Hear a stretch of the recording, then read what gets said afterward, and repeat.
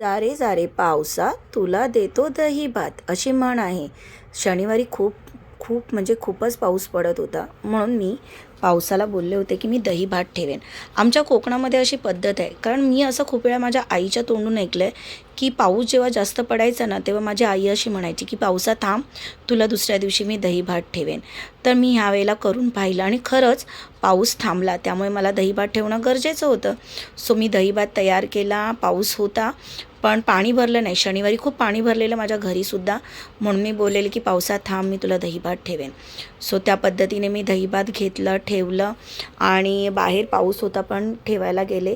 हे असं त्याला नैवेद्य केला होता आणि इंद्रदेवला मी दाखवला नैवेद्य दहीभाताचा, की जेणेकरून त्याने माझं म्हणणं ऐकलं तर मलाही त्याचं बोलणं मला ठेवावं लागणारच आहे ना, की जेणेकरून मी त्याला बोलले होते की मी दहीभात ठेवेन, तर मी दहीभात ठेवेन. आमच्या कोकणामध्ये अशी पद्धत आहे की आम्ही एखादी जर का नवस बोललो तर फेडणं आमची गरज असते आणि खरंच इंद्रदेवने ऐकलं आणि पाऊस थांबला. तुम्ही पाहू शकता पाऊस किती कमी झाला आहे, म्हणजे इंद्रदेवने माझं म्हणणं ऐकलं. आणि असे व्हिडिओ पाहण्यासाठी सबस्क्राईब, लाईक, कमेंट नक्की करा. थँक्यू.